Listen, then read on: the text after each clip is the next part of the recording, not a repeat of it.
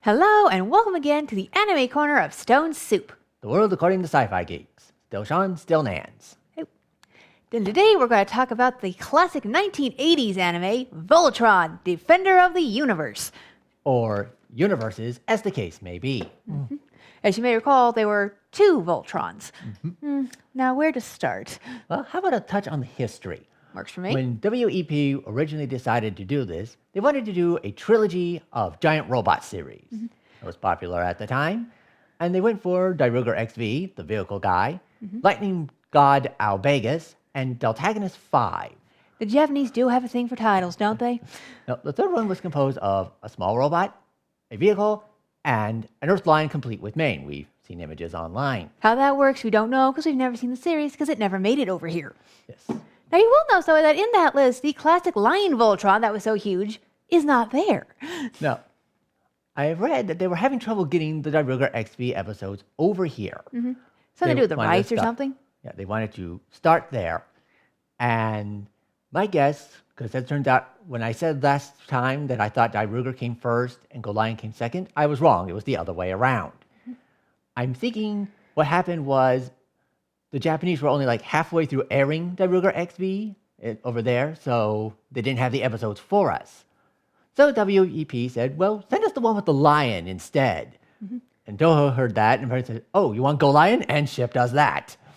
And thus history was made. But it was huge, and it made them a lot of money, so they were cool with it. And it was a pretty cool series. Now, I strongly suspect that part of what they wanted to do, since they took Go Lion and Diruger when they finally got it, and made them one series, that they were kind of hoping to do what they did with Macross, which, as I understand, Robotech, whatever. They took three unconnected series that had some similar plot points and merged them into one universe. Although in that case, as I understand it, what they did was that each series was a different generation. You have the first series, then the second series, which takes place like 100 years later, then the third series, which takes place another 100 years later. And so in that way, it worked. Yeah, for Robotech. And it was very popular, as I understand. Again, this is slightly before my time, or at least before I was aware enough of these things to notice. And I think with Voltron, since they were once again going over at least three series, they were going to squish into one, they were hoping to recreate that.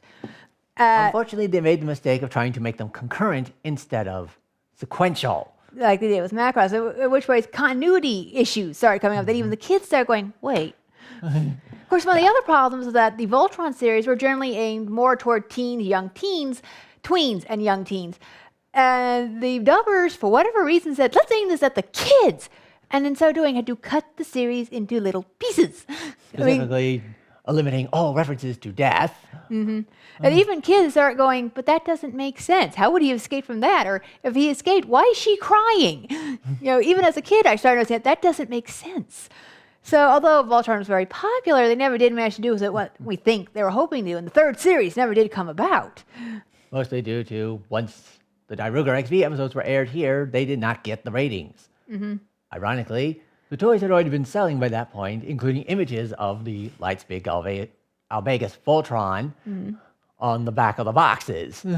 So everybody sort of knew that there was supposed to be a third one, but it never happened. So there was always that question of, what was the deal here? Now, thanks to the internet, we know. But now, I haven't seen the original Japanese. We've just seen the dub. Yeah. But, I've seen some of the original Go Lion courtesy of online. bless the internet. But, yeah, it's a different show entirely. Oh, yeah. The thing is, you're watching the dub, you can kind of tell, especially with Diruger, there was a much more interesting story going on here than we were being led to believe. It just got severely chopped.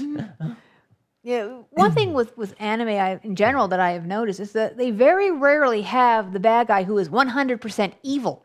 And Voltron is one of those. They try to show layers to the bad guys, but I guess because the dubbers felt the American eyes is more used to black and white, they try to make them, much more solidly evil, which of course took a lot of the depth out of the series.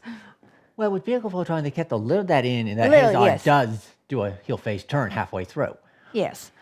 I grant you, in Lion Voltron is what it's usually called, the bad guys really were much more cut and dry evil, but still. But, we I did rewatch it when it was on Toonami, and it is still kind of fun, if only for nostalgia's sake. And of course, I love me some giant robots. But, they are now releasing DVD box sets of Voltron and Vehicle Voltron that has both the dub and the original Japanese. So that'd be worth checking out. Two separate sets. They've released them all. And they, at the American company's request, the Japanese company that was making them did do an actual crossover episode with the two of them, which is what that is. This is the Fleet of Doom. But yeah, by the way, Planet Doom, real subtle there. Picked this up at Comic-Con years back. It's like a 5th or 6th generation copy. Not great, but it's on DVD watchable now. I'll pick it up eventually. And it's interesting, but again, there's this matter of, these aren't actually supposed to be together, are they? Well, it was made specifically for our side of the pond. Yeah. Well, actually, the whole 3rd season of Line Voltron was made specifically for us. Last 20 episodes. Which is why the animation and the writing is so different from the rest of the series. They're like, you really want more of this, but it's over. Yeah, well, we changed the ending.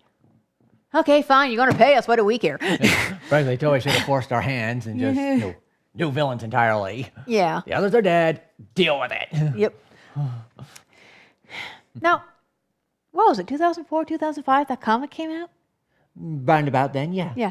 In the middle of all the rebooting that's been going on in the last 10 years, there was a new Voltron comic book series. That was a reboot of the whole thing. Devil's Due Comics. Yes. It was actually very good.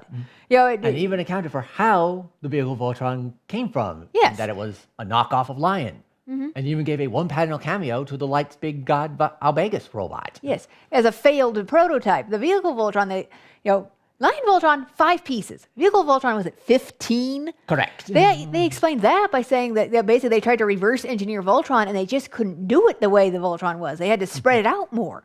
And that makes sense too. We approve of good writing. The magic. That too, yes. You can't replicate the magic. That's a lot trickier. But, it was fun. I thought it was a very good redux of Voltron. Again, having never seen the Japanese, I don't know how much. I've lost my train of thought, but how much more mature it is. But from what I've heard, very. Well, let's see. Earth gets nuked, then blown up. Sven dies. That I knew. Yeah. Then he dies at the end. Well, we're getting spoiled. Anyway, everybody you see something disappear, they died. Actually, the Voltron Force thing. This last episode actually had a very interesting touch. In the original Go Lion, Pidge, or actually his name was it? Suichi says he is descended from ninjas. Now, that was never included in Voltron, but in the Voltron Force cartoon that's on right now, they actually brought that back in and made it part of a plot point. I thought that was actually very, very interesting. And even brought in his brother Chip from the Vehicle Force. Yes. First mentioned the Vehicle Force has gotten since Fleet of Doom. Basically, in Vehicle Voltron, there's a character in there who looks very much like Pidge, who's also happens to be a very young man with big round glasses. So they decided to say that they're related. There's a way to have a tie-in. Yeah, but basically flawed efforts. Yeah, what can you do? They're trying to make money. They weren't really thinking otherwise. Yeah.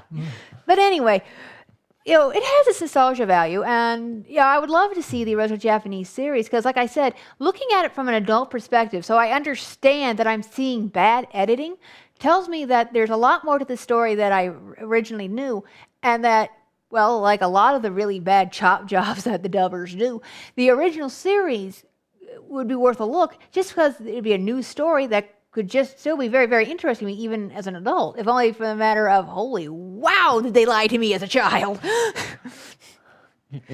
More or less. I think that about covers it, really. I mean, it is, like a lot of animes, a fully contained thing. It has a story arc it follows, and then it ends about, finding the robots and finding, the bad guys from Planet Doom. Or... So, it's a whole contained story, and that's always good. Not much else to say, really. Unless you have something else you want to throw in. Other than a shameless plug for my Voltron fanfiction Witch's Apprentice at ff.net now? Not really. Under what name? Scorponok. Yes, you need to say that. But anyway. Yeah, I think basically that covers it. It's not bad.